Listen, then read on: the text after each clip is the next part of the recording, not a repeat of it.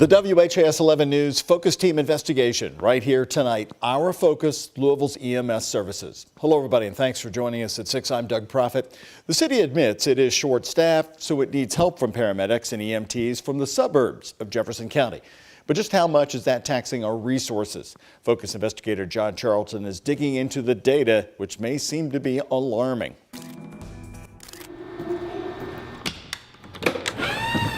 Three ambulances ready to roll every day, 24 hours a day. That's what Jefferson Town has to cover its community. Emergency medical services with the supplies. Linen, gloves, bag valve masks. To answer the call, which last year, And this is our medication cabinet, one of them. were about 7,500 dispatch calls. Epinephrine for use in cardiac arrest. But not all EMS dispatch calls to JTown kept resources in town. We go everywhere. Everywhere from Okolona to PRP, Fern Creek to St. Matthews, Highview to Anchorage Middletown. That's mutual aid in the Suburban Services District. If your district needs additional equipment, we will send that equipment. Mutual aid also includes the Urban Services District, where sometimes you'll find JTown called to downtown. And out of 7,000 plus runs, we only made about 600 of those runs dispatched into Louisville Metro. Just about 8%, according to 2022 EMS data JTown provided to Focus. But for the 6 other suburban departments, from their data, percentages are significantly higher.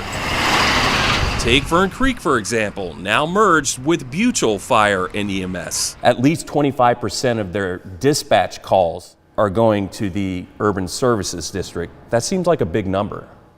It does seem like a lot. That was in 2020. Last year, it was up to 29% of their 13,350 total calls.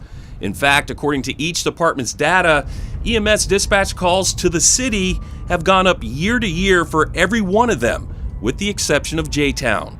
From 4% for Anchorage Middletown in 2020 to 15% in 2022. From 4 to 14% for Highview, 11 to 19% for Okolona, 23 to 37% for PRP, and 33 to a whopping 40% for St. Matthews. That doesn't just sound like a lot, it is a lot. Right.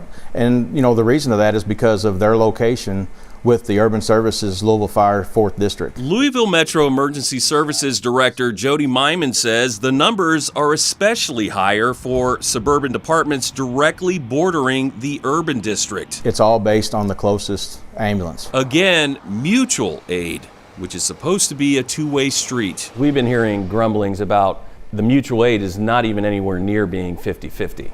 You'll be able to take a look at the data and see that it's not as bad as a lot of people say that it is. According to the data Metro EMS provided, of the more than 81,000 total calls they got last year, nearly 13,000, or about 16%, dispatched their units to the suburban district. While St. Matthews was called to the city 6,157 times, Metro went to St. Matthews 677 times. However, for perspective, Metro EMS is a lot busier, with 5.5 times the call volume. What kind of resources do you have? You know, we're down about 35% with our staffing.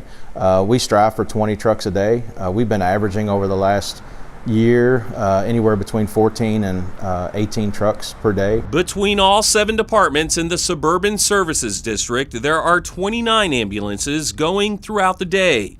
Folks living in those areas pay an extra property tax for those services. How do you square it with those folks to saying, why are our resources being used in the Urban Services District? It's a mutual aid. JTown Fire and EMS Chief Sean Driesbach speaks for the entire Suburban Services District.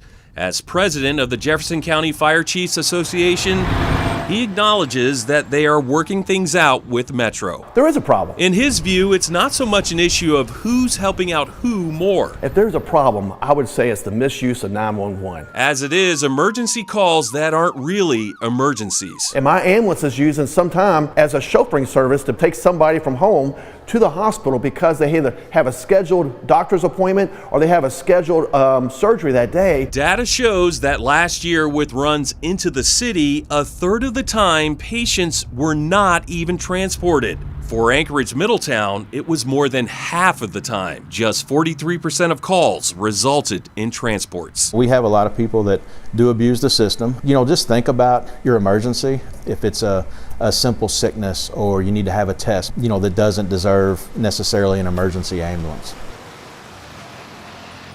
And Metro EMS doesn't want to discourage people from calling 911, but it actually has a cab fare or cab fares in the budget for folks who may just need a ride for non-emergency medical attention.